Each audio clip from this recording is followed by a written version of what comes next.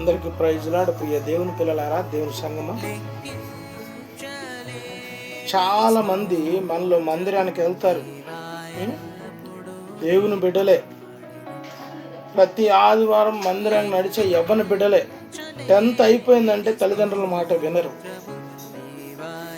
వాళ్ళ ఆలోచనలు వేరుంటాయి, వాళ్ళ విధాయకము వేరే ఉంటుంది, వారి మాటలు వేరే ఉంటాయి, వారి తలంపులు వేరే ఉంటాయి. యవ్వన బిడ్డలు వాళ్ళు దేవునిలో ఎదిగేవాళ్ళే, దేవుని మందిరానికి వెళ్ళేవాళ్ళు. వాళ్ళ గురించి దేవుడు ఎఫెసీయులకు రాసిన పత్రికలో 6వ అధ్యాయంలో మాట్లాడుతున్నాడు. ఒక మాట ఒక్కసారి చదవండి యవ్వన బిడ్డలారా.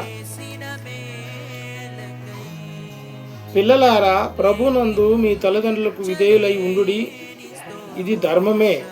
మీకు మేలు కలిగినట్లు మీ తండ్రిని తల్లిని సన్మానింపుము, అప్పుడు నీవు భూమి మీద దీర్ఘాయుష్మంతుడగుదువు. ఇది వాగ్దానంతో కూడిన ఆజ్ఞలో మొదటిది. మొదటి ఆజ్ఞలో కల్లా మొదటి ఆజ్ఞ ఏది? నీ తల్లిదండ్రులను సన్మానింపమని ఉంది.